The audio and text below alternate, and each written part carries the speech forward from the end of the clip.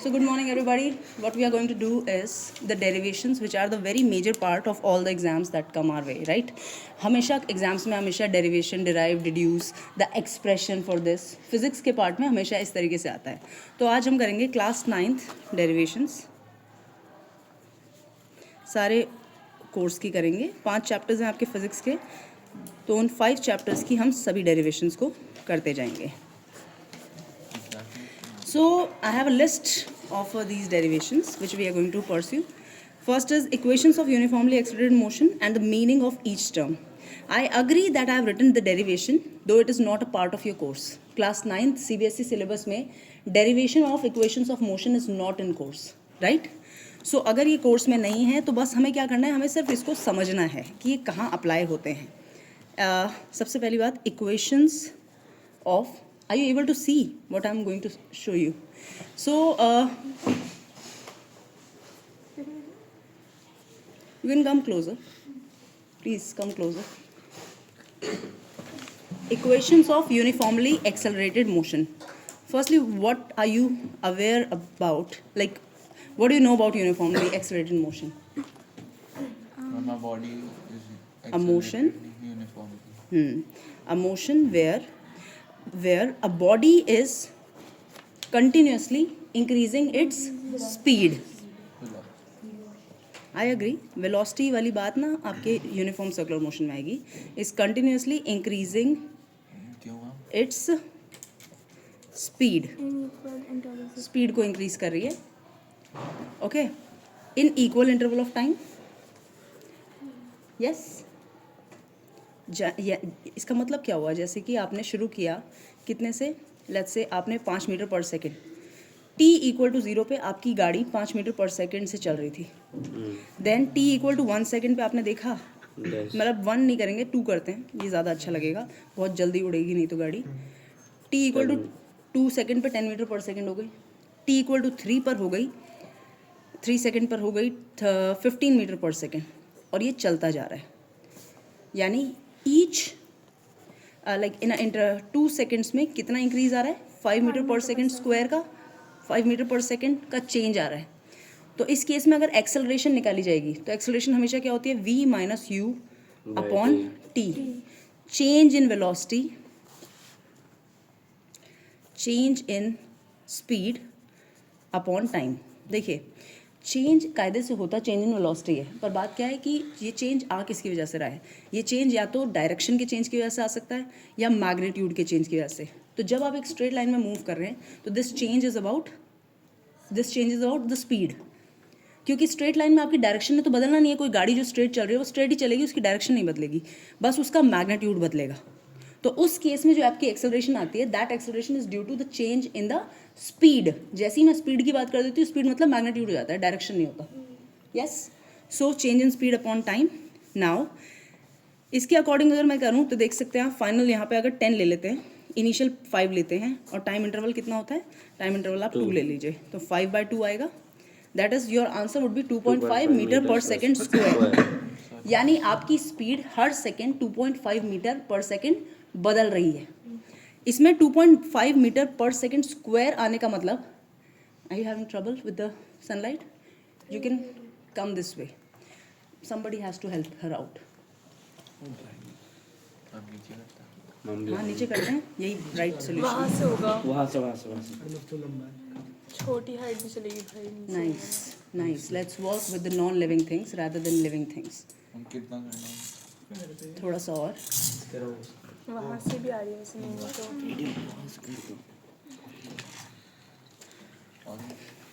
और क्या हुआ?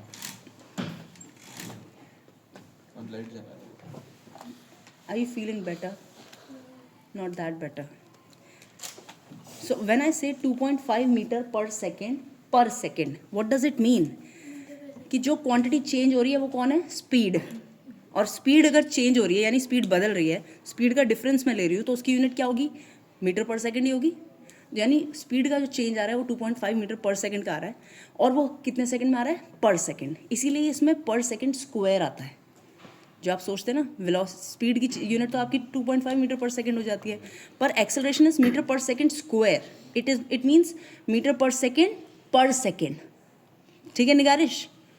Okay, so now let's move to the equations कि इस मोशन को कंट्रोल कौन करता है. अब इस मोशन में एक फैक्टर आपने कांस्टेंट देख लिया है, क्या है? एक्सेलरेशन. यस यस, एक्सेलरेशन को देख लिया आपने कांस्टेंट. तो अब आपके पास इक्वेशंस आएंगे जिनका यूज़ करके आप हमेशा इन्हें सॉल्व करेंगे. Equations of uniformly accelerated motion. But point ये है कि before I go further with this topic हमें एक बात और सीखनी है कि कौन कौन सा मोशन यूनिफॉर्मली एक्सेलरेटेड होता है. क्योंकि आपके अक्सर आता है आपके एग्जाम में क्वेश्चंस, आप खुद ही कंफ्यूज हो जाते हैं कहाँ लगाएं. तो पहला तो एक तो आपको लगाना है कहाँ, जब भी क्वेश्चन में motion in a straight line आ रहा है और आ रहा है कि body is continuously increasing its speed. ठीक है, मोशन ऑफ अ कार आ गया और बोल दिया कि इट इज़ यूनिफॉर्मली एक्सेलरेटेड आ गया मेंशन. तो आपको ये इक्वेशंस लगाने हैं जो अब हम आगे पढ़ने वाले हैं. उसके अलावा जब भी मोशन अंडर ग्रेविटी आएगा, ग्रेविटी के इन्फ्लुएंस में अगर मोशन आएगा, आपको हमेशा ये इक्वेशंस लगाने हैं. कैसे वाले? फ्री फॉल वाले. बॉल को ड्रॉप किया गया, बॉल को ऊपर फेंका गया, फिर वो वापस आएगी. उन सब केसेस में आपको यही वाले इक्वेशंस लगाने हैं, दिमाग में रखना है. ठीक है, तो अब जरा इक्वेशन देखते हैं. v is equal to, first equation is u plus at. इसमें v क्या होती है? किसी भी बॉडी की final speed. Final speed after t time. t equal to 0 पे शुरू किया तो t टाइम के बाद क्या होगी velocity? That is my final speed. u is my initial speed. जब आप 11th में जाएंगे तो आपके पास ज़्यादातर डायरेक्शंस का इंक्लूड किया जाने लगेगा, प्लस माइनस, आई कैप, जे कैप, डबल, मतलब प्लेन्स आते हैं उसमें, प्लेन्स के बारे में बात होती है. बट अभी 9th के हिसाब से आपकी motion in a straight line ही है कोर्स में. That's why this is how we give it. Then acceleration, a is acceleration and t is the time taken. ये पहला इक्वेशन हो गया. Second equation is v square minus u square. पीछे करो, यहाँ पे आ जाओ. Second equation is s equal to u t plus half a t square. S equal to u t plus half a t square.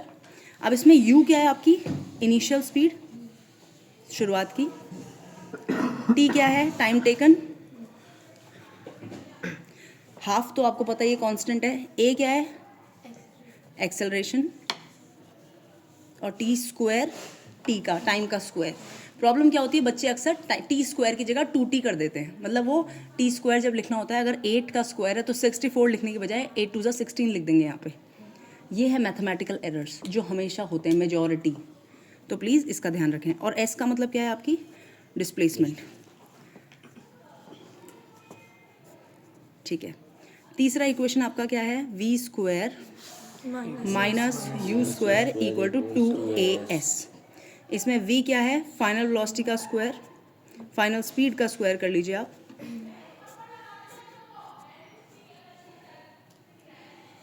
Minus u क्या है? आपका initial speed का स्क्वायर, इनिशियल स्पीड का स्क्वायर. और 2 तो आपका constant है. a क्या है? आपकी एक्सेलरेशन. यस. s क्या है? आपकी डिस्प्लेसमेंट. यस. तो ये सब ध्यान में रखें.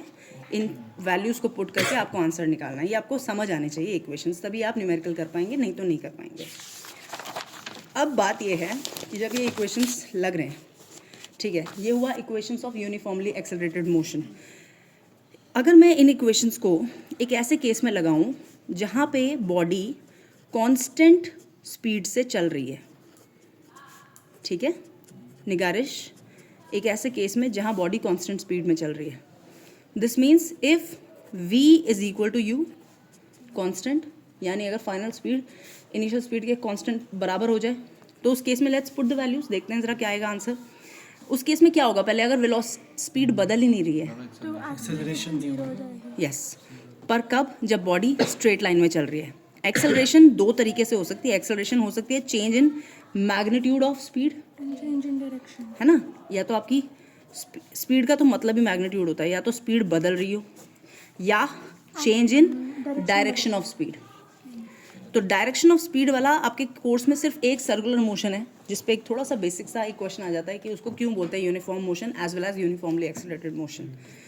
बट बाकी आपके पास सारा motion in a straight line ही है. ज़्यादा से ज़्यादा आपका बस ठीक है, और अगर स्ट्रेट लाइन में नहीं है मोशन तब क्या करेंगे वो देखना पड़ेगा अभी। Change in direction of speed. So इस केस में अगर v और u कांस्टेंट आ गए यानी स्पीड का चेंज क्या हो गया, zero.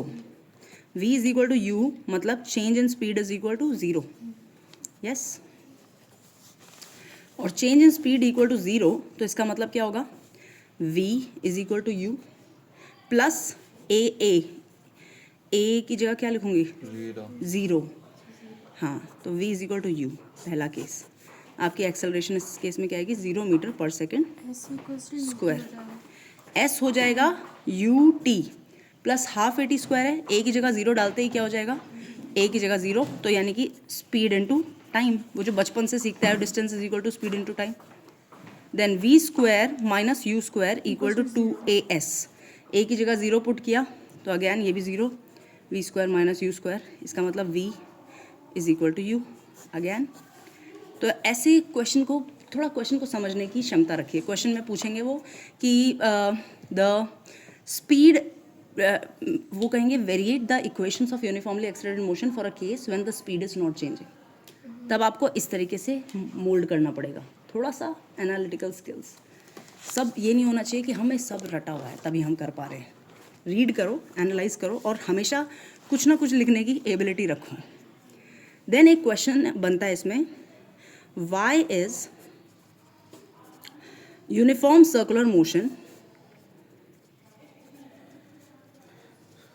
can we close the door, why is uniform circular motion uniformly accelerated motion, uniform circular motion uniformly accelerated motion क्यों है? Direction at every point as it's moving in a circular direction.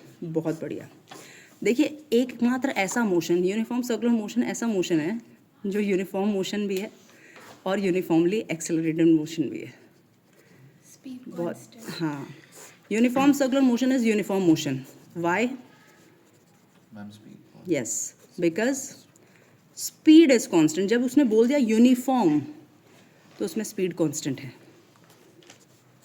यानी कि अगर कोई bike आपको दी है, आप एक सर्कल में बाइक को घुमा रहे हैं, कौन सी बाइक? आपकी साइकिल वाली बाइक, मतलब जो थोड़ी छोटी सी होती है जिसमें बच्चे, मोटर नहीं होती, मानते हैं तुम चला रहे हो उसे सर्कुलर ट्रैक में, तो तुम्हारी कंटिन्यूस स्पीड क्या है, 5 मीटर पर सेकेंड। तुम उसी से कंटिन्यूसली सर्कल में घूम रहे हो, बहुत ज़्यादा है हालांकि, पर तुम 5 मीटर पर सेकेंड से लेट्स से तुम सर्कल पे घूमते जा रहे हो, तो तुम्हारी स्पीड नहीं बदल रही। क्या बदल रही है? Direction of speed. इसको फिर यूनिफॉर्मली एक्सेलरेटेड भी कहा जाता है, यानी इसमें एक्सेलरेशन हो रही है, यानी इसमें वेलोसिटी चेंज हो रही है। क्यों चेंज हो रही है वेलोसिटी? डायरेक्शन चेंज हो रही है। Vector quantity. Because direction of speed is continuously changing, is changing. जब डायरेक्शन ऑफ स्पीड चेंज होगी तो क्या चेंज होगी? वेलोसिटी इज चेंजिंग, दस एक्सेलरेशन इज देयर। इसको क्लास 11th के बच्चे डिराइव करके निकालते हैं कि वैल्यू क्या आती है इसमें, v स्क्वायर बाय आर आता है, वो पूरा इसको डिराइव करते हैं। वो लिटरली ये जो वेक्टर्स हैं इनकी डायरेक्शन यू बनाते हैं, ये वाला एक यहाँ एक यहाँ। फिर वेक्टर एनालिसिस जो नई तरह की मैथ्स होती है, 3D वाला। हाँ, वो 11th के बच्चे सीखते हैं वेक्टर्स की मैथ्स। फिर वो नई मैथ्स वगैरह लगा के डायरेक्शन से डील करते हैं। आपकी क्लास में डायरेक्शन से डीलिंग नहीं है, बस एकमात्र यही केस है घूमने वाला। ठीक है, वेलोसिटी इज चेंजिंग, दस एक्सेलरेटेड मोशन। Okay, done. ये वाली बात आपको पता चल गई। अब ये बताओ, what will happen if speed is changing by different amounts? आपको क्या लगता है आप कितना कांस्टेंट स्पीड बना सकते हैं? मतलब ऐसे बहुत कम चीज़ दुनिया में कौन सी चीज़ है जो एकदम कांस्टेंट स्पीड से चल रही है? बताओ ज़रा। चलो, अर्थ का ये रिवोल्यूशन वाला लेट्स से, ओके। और फिर भी अर्थ की कंटिन्यूसली वेलोसिटी तो चेंज हो रही है, तो क्या निकालते हैं अर्थ की? Average speed. ठीक है, ऐसी तुम कोई भी समझ लो, मेट्रो ट्रेन समझ लो, अपनी गाड़ी समझ लो। तुम्हारी गाड़ी जब मार्केट में चल रही है तो क्या हमेशा सेम स्पीड से चलती है? नहीं, चल ही नहीं पाती। कभी 50 होती है खाली रोड पे, कभी 10 भी जाती है। तो स्पीड कंटिन्यूसली वैरी कर रही है। स्पेस में ऐसा हो सकता है कि तुमने चलते हुए स्पेसशिप से एक पेंसिल छोड़ी, तो वो पेंसिल सेम स्पीड से कंटिन्यूसली चलती रहेगी। स्पेस में ऐसा होता है हाँ जी, है ना, स्पेस में होता ही, आपने देखा था सुनीता विलियम की वीडियो में कि वो कंटिन्यूसली जो भी चीज़ छोड़ दे रही थी, अगर एक बॉल छोड़ दी तो वो बॉल कंटिन्यूस सेम स्पीड से चल रही है। सो ये स्पेस में होता है, बट बाकी हमारी speed majority of the time change होती रहती है, क्योंकि हमारी रोड्स भी कैसी है, क्या रोड्स एकदम परफेक्ट यूनिफॉर्म है? नहीं ना, हमारी गाड़ी की हमारी खुद की भी, एक ह्यूमन चला रहा है, ह्यूमन अगर चला रहा है तो वो अलग अलग अमाउंट में एक्सीलरेटर को प्रेस करेगा, ब्रेक्स को प्रेस करेगा, और हम क्राउडेड स्पेसेस में भी चला रहे हैं। तो उस केस में हमारे लिए सबसे ज़्यादा काम का जो कॉन्सेप्ट है वो है एवरेज स्पीड। ठीक है, एवरेज स्पीड का फॉर्मूला होता है total distance upon total time. आपने टोटल कितना डिस्टेंस ट्रैवल किया, यानी अगर आपने पहले टाइम में S1 ट्रैवल किया, फिर S2 ट्रैवल किया, फिर S3 ट्रैवल किया, तो आपको सबको ऐड करना है और सारा time T1 plus T2 plus आगे पीछे जो भी जितना भी टाइम रहा वो भी ऐड करना है, फिर इसका डिवीजन करना है। ये हुआ ये वाला केस। तो V plus U upon T भी तो एक सेकेंड, ऐसे ही नहीं, V plus u upon T की वैल्यू है, वो किसी पर्टिकुलर केस में लगता है, हर जगह नहीं लग सकता। ठीक है, सबसे बेसिक फॉर्मूला यही है। हमेशा कभी भी एवरेज स्पीड पूछी गई तो तुम्हें total distance upon total time करना है। ये नहीं करना कि अरे वाह स्पीड दी हुई है, चलो V plus u upon time करके एवरेज निकाल देते हैं। मैथ्स का एवरेज नहीं है ये, केस टू केस वैरी करता है। ठीक है, तो अब एक बात और, एक तुमने लिख लिया S1 प्लस S2, मान लेते हैं तुम्हें डिस्प्लेसमेंट नहीं दी गई है। ठीक है, तो हम क्या करेंगे, अगर तुम्हें डिस्प्लेसमेंट डिस्टेंस नहीं दिया गया तो क्या करोगी, मानते हैं तुम्हें स्पीड दी गई है तो तुम इसको लिखोगी V1 into T1, speed 1 into time T1 plus V2 into T2। हर डिस्टेंस को तुम V1 speed into time plus speed into time plus speed into time करके सभी केसेस के लिए लिखोगी, और नीचे लिखोगी T1 प्लस T2 प्लस जो भी आपके आंसर्स हैं। ये केस कब हुआ, मल्टीप्लाई कर रहे हैं ना, when V and T are given. जब आपको V और T जो है वो दिया है तब आपको इस तरीके से एवरेज स्पीड निकालनी है। जब आपको डिस्टेंस ट्रैवल अलग अलग टाइम का दिया है तो आपको S1 plus S2 plus S3 करके upon T1 by plus T2 ये सब करके निकालना है। मैं क्या कर रही हूँ, फॉर्मूला मैं कॉमन लगा रही हूँ, कौन सा वाला, total distance upon total time. When distance and speed are given, distances and speed are given, मतलब अगर किसी केस में आपको डिस्टेंसेज और स्पीड दिए, टाइम नहीं दिया है, निकालनी आपको एवरेज स्पीड ही है, तो आप क्या करेंगे, ऊपर तो आप लिखेंगे S1 प्लस S2 प्लस जो भी आपके वैल्यूज़ हैं SN। मैम हम टाइम को वो लिख देंगे ना, डिस्टेंस अपॉन स्पीड। यस, यही चीज़ है, यही वाले लॉजिक्स का ध्यान रखना है। क्या दिया है, टाइम को आपको T1 प्लस T2 निकालना है, तो आप क्या करेंगे, उसको टाइम को T1 को आप लिखेंगे S1 अपॉन V1, फिर टाइम T2 को लिखेंगे S2 upon V2 plus dot dot dot, मतलब ये जितने भी आपके टाइम इंटरवल्स हैं SN upon VN। Are you getting बेटा? V plus u upon t कब यूज होगा? अब now when let's say V is equal to U, अगर V is equal to U हो जाए, इनिशियल वेलोसिटी और फाइनल वेलोसिटी सेम हो जाए, तो अगर मैं एवरेज स्पीड निकाल रही हूँ V एवरेज, तो मैं क्या करूँगी, total distance upon total time.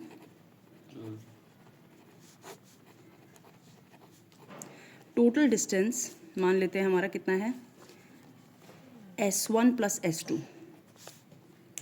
और नीचे टोटल टाइम लिखना है मुझे T1 प्लस T2।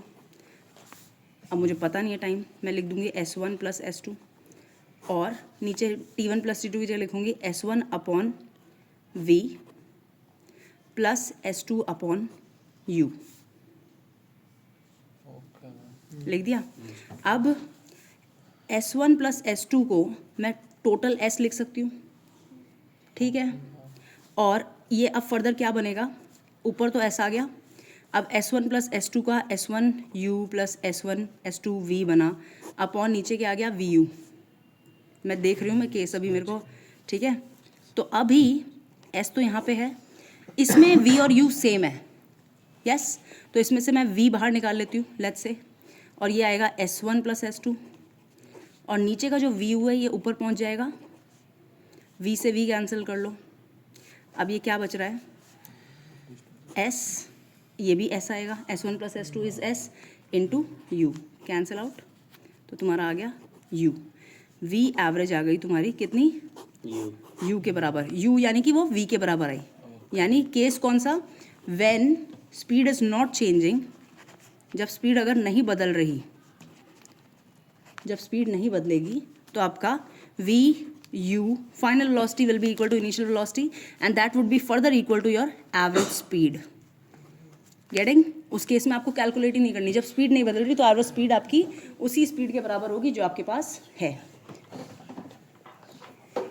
ओके ये अभी वाली बात वाली ख़त्म नहीं हुई है, जो आपने कहा वी प्लस यू वाला केस कब होगा, ये भी आपके सारे केसेस हैं। एवरेज स्पीड पे क्वेश्चन अगर घूमेगा तो यहीं से घूमेगा, बस तुम्हें ये ध्यान रखना है कि दिया क्या क्या है। Then next is your case uniformly accelerated motion में देखते हैं कि वहाँ क्या होता है, कि वहाँ क्या एवरेज स्पीड निकलेगी। तो आपको वी एवरेज निकालनी है, आप लिखेंगे total distance upon total time. ठीक है, तो अब आपका टोटल डिस्टेंस क्या होगा, total distance is let's say मैं लगाती हूँ s equal to u t plus half a t square, या v square minus u square equal to 2as लगाते हैं। ठीक है, टोटल डिस्टेंस के लिए मेरे पास एक इक्वेशन है v square minus u square equal to 2as। ठीक है, अब मैं क्या करूँगी, वी एवरेज यहाँ पे टोटल डिस्टेंस पे मैं लगाऊंगी v square minus u square upon 2a, ये मैंने लगा दिया total distance. Upon total time भी लिखना है मुझे, मैंने यहाँ पे t लिख दिया। ठीक है, अभी मेरे पास लेट्स से ये 1 इक्वेशन था, ये 2 इक्वेशन था, ये 3rd था।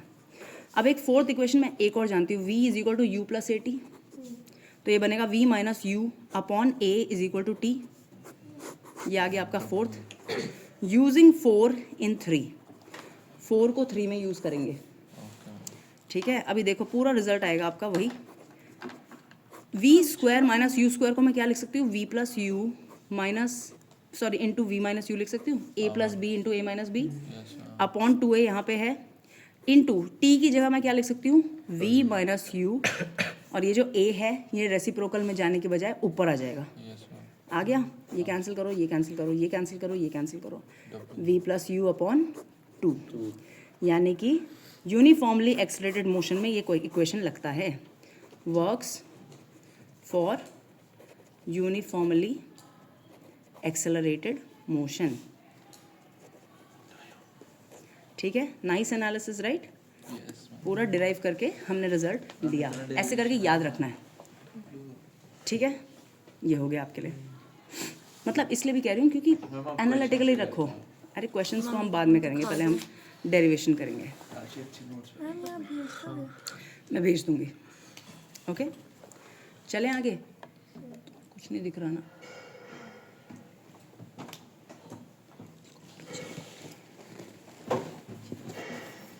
और तुम बच्चे थोड़ा और पास आ जाओ, तुम अंदर जाओ और चेयर देख लो।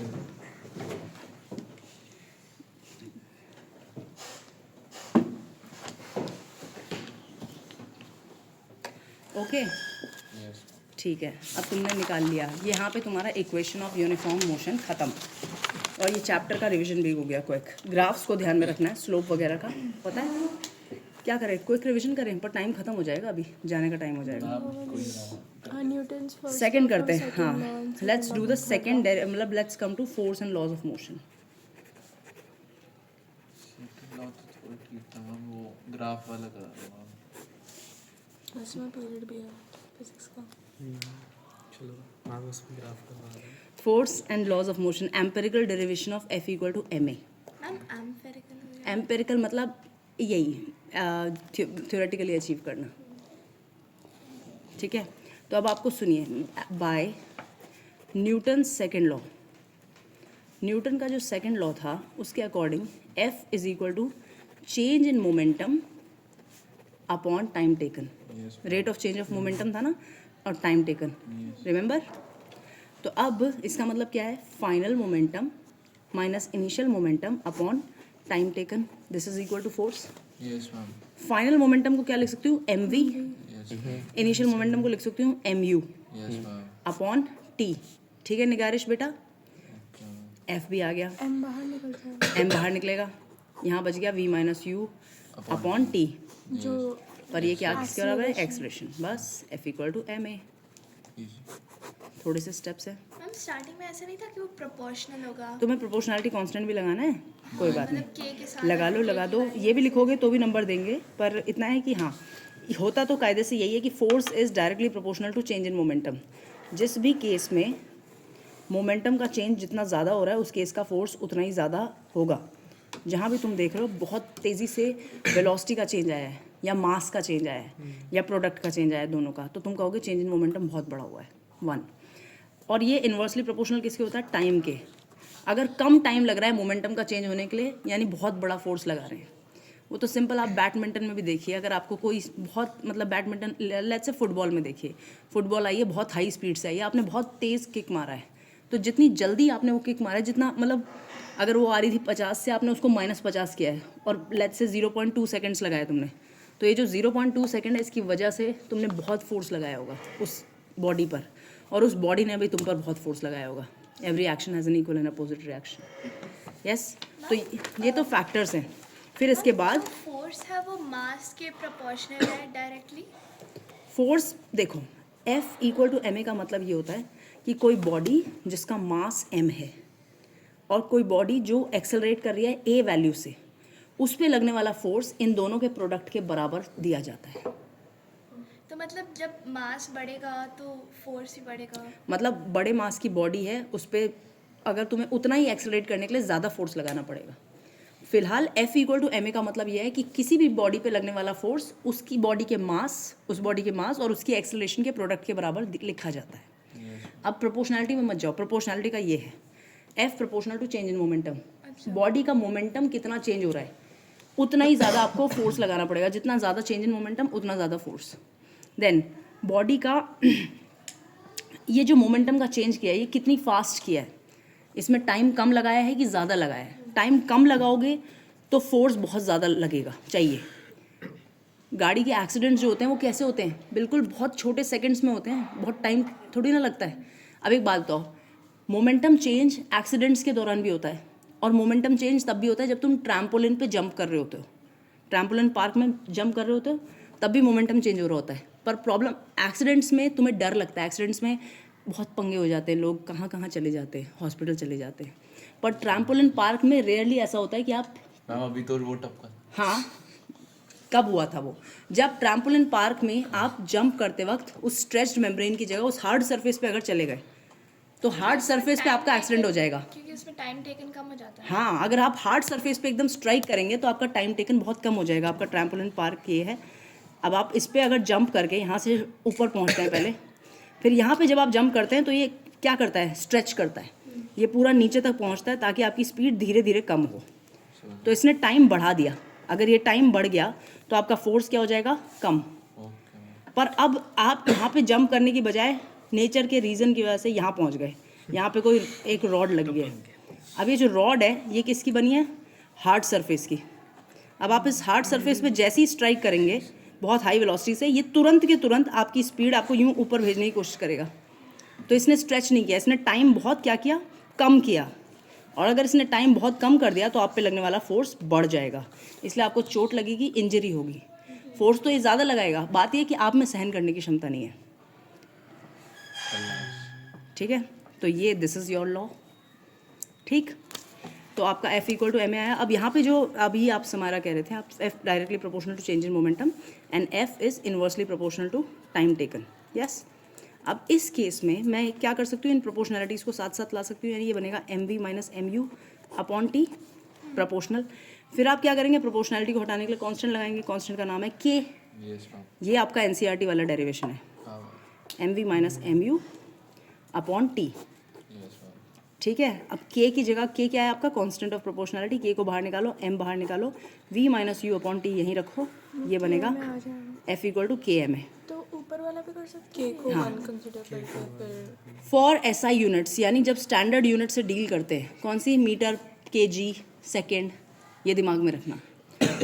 अभी किसी बच्चे का वाइवा हुआ था, उसमें उन्होंने पूछा बेटा SI यूनिट में क्या वैल्यू होगी, तो वो बच्चा सेंटीमीटर में आंसर दे रहा था, क्योंकि the problem was they were not listening properly.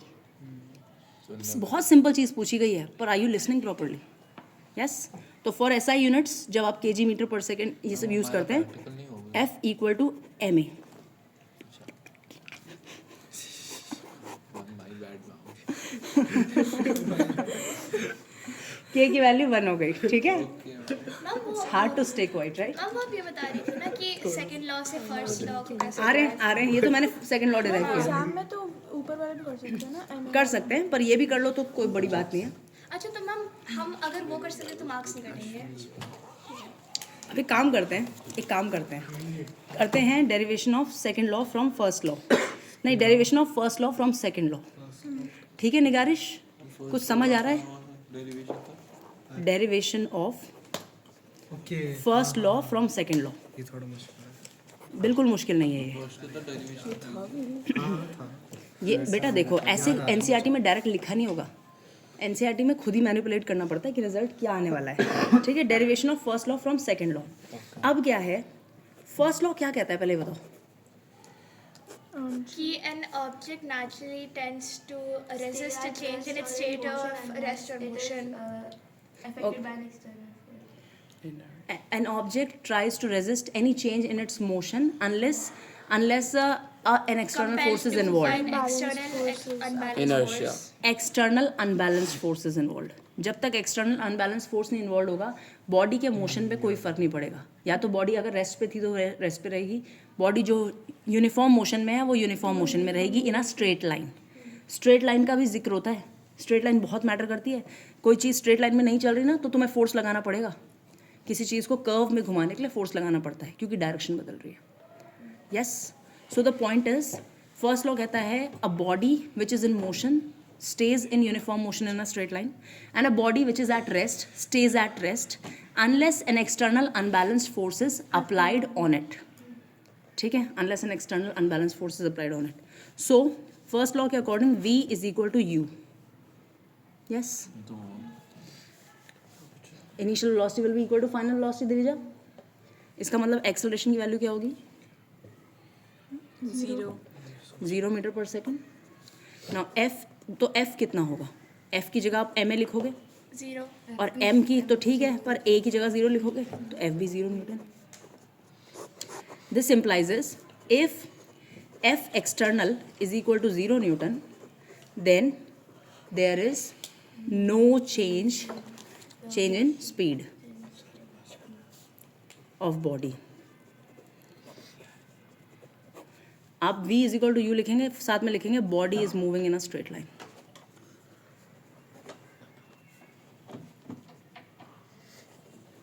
ठीक है, क्या बोला नहीं? कौन है जिसको कुछ नहीं समझ आ रहा है? ये क्या नहीं मैम, सॉरी हाँ जी बोलिए ये कौन सा फॉर्मूला है? बेटा। न्यूटन का फर्स्ट लॉ सेकंड लॉ से डिराइव किया गया है, कुछ नहीं है। अच्छा, ओ। 3 स्टेप थे, थोड़ा बेसिक एनालिसिस ही तो है। आ गया फर्स्ट लॉ। मम्मी FE मतलब into कि अगर कोई F एक्सटर्नल लिखा है मैंने, F अच्छा, F एक्सटर्नल। external। देखो सफिक्स ये जो है ना आपके छोटा जो सुपरस्क्रिप्ट सबस्क्रिप्ट सुना होगा ना आपने, कंप्यूटर में आता है फॉन्ट साइज। पहले आपने बड़ा सा लेटर लिखा, उसके नीचे आपने छोटा सा वैल्यू लिखी, उससे क्या होता है आप सिंबलाइज करते हैं। तो इसमें अगर आपने इसको यूँ लिख दिया, जो आप में से बहुत सारे लोग लिखेंगे फैक्स्ट, तो वो कन्फ्यूजन कर देता है। आप में से बहुत सारे लोग M1 लिखते हैं तो M1 लिख देते हैं। नहीं भाई, M1 लिखना है छोटा वाला। ये सब सीखो, ये फिजिक्स का पार्ट है। अभी तो M12 आएगा, तब आपको क्या देखना होगा, मास ऑफ, नहीं M12 नहीं आएगा, F12 आएगा, that is force on 1 due to 2। तो चीज़ों का मतलब है, तो आपको ये सुपरस्क्रिप्ट सबस्क्रिप्ट आना चाहिए। जब ये m की पावर 1 हो जाता है तो ये कुछ और है, m टू द पावर 1 है ये। m स्क्वायर होना मतलब m इंटू m है। तो प्लीज़ सफिक्स नहीं बोलेंगे, इन्हें सुपरस्क्रिप्ट सबस्क्रिप्ट का ध्यान रखें।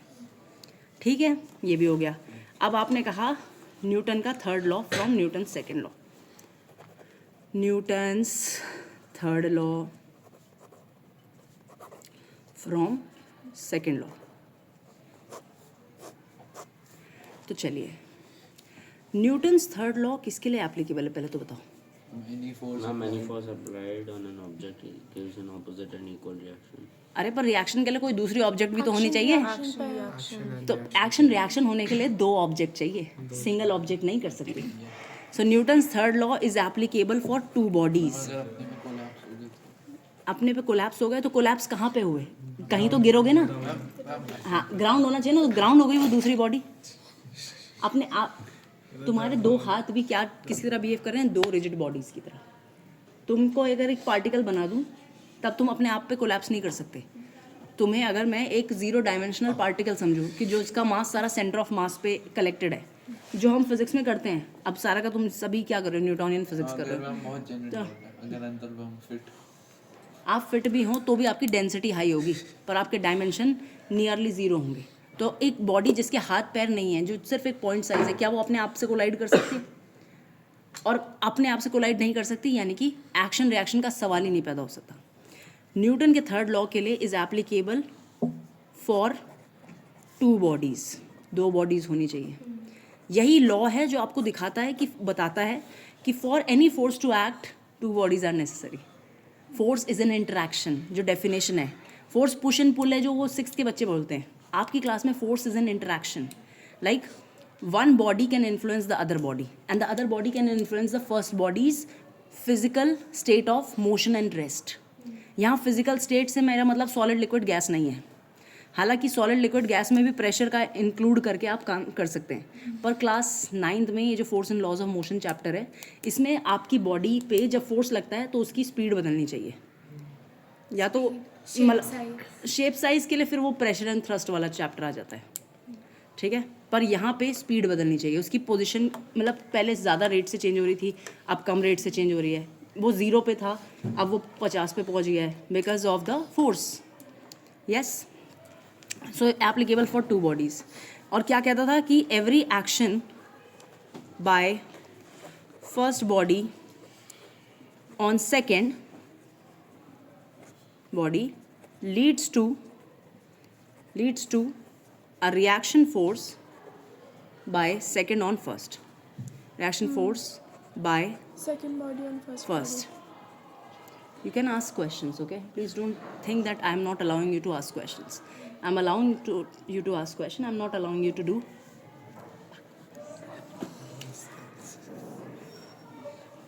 So every action by first body on second body leads to reaction force by second body on first body. Yes? You always agree. Very good. So this is your M1 body. This is your M2 body. Two bodies are given to you. अब बात क्या है कि जैसे ये collide करेंगे, अगर मान लो कोलाइड करती हैं, फिजिकली कोलाइड करती हैं, तो उस एक मोमेंट पर जो फर्स्ट बॉडी होगी वो सेकंड बॉडी पे एक फोर्स लगाएगी। Force by force on second body by first body. और जब कोलिजन हुआ तो ये सेकंड बॉडी इसको इधर को धक्का मारेगी, तो ये फोर्स ऑन 1 ड्यू टू 2 होगा। एक्शन रिएक्शन लॉ क्या कहता है कि force on 1 due to 2 is equal to minus of force on 2 due to 1। यानी जो फोर्स पहली बॉडी दूसरे पे लगाएगी, वही फोर्स दूसरी बॉडी फर्स्ट पे लगाएगी। इनका मैग्नीट्यूड बराबर होगा। इनका क्या बराबर नहीं होगा? नो हाँ चलो, एक्सेलरेशन भी बराबर नहीं होगा क्योंकि इनके मासेस अलग हैं। इनकी डायरेक्शन अपोजिट होगी। ये जो दोनों फोर्सेस लग रहे हैं, ए अगर बी पर इधर को लगा रही है तो बी ए पर इधर को लगाएगी। इसका ध्यान रखना है। ये बहुत जगह लगता है, कहाँ कहाँ? न्यूटन्स लॉज ऑफ ग्रेविटेशन में भी लगता है। ये अर्थ मून को अट्रैक्ट कर रही है, मून अर्थ को अट्रैक्ट कर रही है। दोनों कितने फोर्स से अट्रैक्ट कर रहे हैं? दोनों बराबर फोर्स से अट्रैक्ट कर रहे हैं। आता है ना अक्सर क्वेश्चन जिसमें कहते हैं मून क्यों अर्थ के आसपास घूम रहा है? क्यों घूम रहा है? इसीलिए घूम रहा है क्योंकि मास कम है। वो वाला रिलेशन भी मैंने दिया है इस डेरिवेशन में। एक्सेलरेशन। अब आपने लिखा force on 1 due to 2 is equal to minus of force on 2 due to 1। अब आपने लिख दिया। अब इसके बाद क्या करेंगे आप? Force on 1 due to 2 is minus of force on 2 due to 1। अब ये बताओ 1 पर जब 2 की वजह से फोर्स लग रहा है तो उसको न्यूटन सेकंड लॉ के अकॉर्डिंग कैसे लिख सकते हैं? अच्छा एक बात बताओ, फोर्स ऑन 1 ड्यू टू 2 एक minute, force on 1 due to 2 जो है, ये फोर्स लग किस पे रहा है? फर्स्ट बॉडी पे भी कि सेकंड बॉडी पे? बच्चा फोर्स ऑन 1 ड्यू टू 2 बोला है, 2 की वजह से है, पर लग किस पे रहा है? 1 पे। तो अगर न्यूटन का सेकंड लॉ लगाएंगे फोर्स ऑन 1, तो ये कितने के बराबर होगा? m1 into a1। ये फर्स्ट के मास और फर्स्ट के एक्सेलरेशन के बराबर होगा। यानी कि फोर्स ऑन 1 जो है, जो 1 पर लग रहा है, वो बराबर होगा mass of 1 into acceleration of 1 के। और फोर्स ऑन 2 ड्यू टू 1 जो लग रहा होगा माइनस, वो होगा m2 इंटू a2 के बराबर। ठीक है, अभी ये बहुत इंपॉर्टेंट केस आने वाला है। इसमें एक क्वेश्चन ये भी है, लिखा है कि कहाँ लिखा है, relation between mass and acceleration of object when equal forces act between them. यानी मास और एक्सेलरेशन में क्या रिलेशन होगा जब बॉडीज के बीच में बराबर फोर्स एक्ट करता है। तो ये वाले केस में बॉडीज के बीच में बराबर फोर्स एक्ट कर रहा है। मैंने m1 a1 is equal to m2 a2 लिख दिया है, माइनस का साइन लगा दिया है। अब मैं क्या करूँगी, m1 और m2 इधर लेके आऊँगी और दूसरी तरफ माइनस a2 अपॉन a1। तो इसका मतलब देख लो ज़रा, ये m1 जहाँ आया है, a1 उसके नीचे आया है। So m1 is going to be inversely proportional to a1. बिल्कुल बिल्कुल।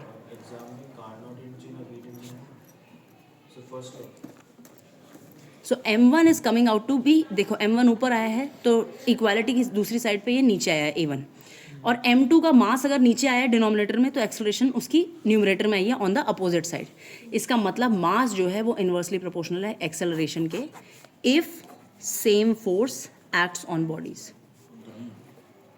अगर बॉडीज के बीच में सेम फोर्स एक्ट कर रहा है तो जिसका मास ज़्यादा उसकी एक्सेलरेशन कम। ये है इन्वर्स रिलेशन। ये तो second law from third law नहीं होगा? सेकंड लॉ में तो सब मेंशन था ना। नहीं, वो सेकंड लॉ में F इक्वल, ये कहीं नहीं है। Force is directly proportional to mass. तो ये थर्ड लॉ में आएगा, F एम कुछ हो जाएगा। देखो ये जो भी है तुम्हें, ये तो ये है, ये वाला पार्ट तो है ही, relation between mass and acceleration of object when equal force acts between them. अब जब third law derivation from first law आएगा तो तुम्हें यही, फर्स्ट फ्रॉम सेकंड लॉ आएगा, तुम्हें यही करना है। ठीक है, हमें एंड में ये डिराइव करना है कि mass is inversely proportional to acceleration when if same force acts on the bodies. अक्सर बच्चे यही करते हैं, ओ इसका मास छोटा है, अरे बताते ही नहीं है। ये कंडीशन बतानी जरूरी है कि if same force acts on bodies. अगर बॉडीज पे सेम फोर्स नहीं एक्ट कर रहा तो तुम्हारा मास ज़्यादा होगा तो तुम्हारी एक्सेलरेशन अलग हो सकती है।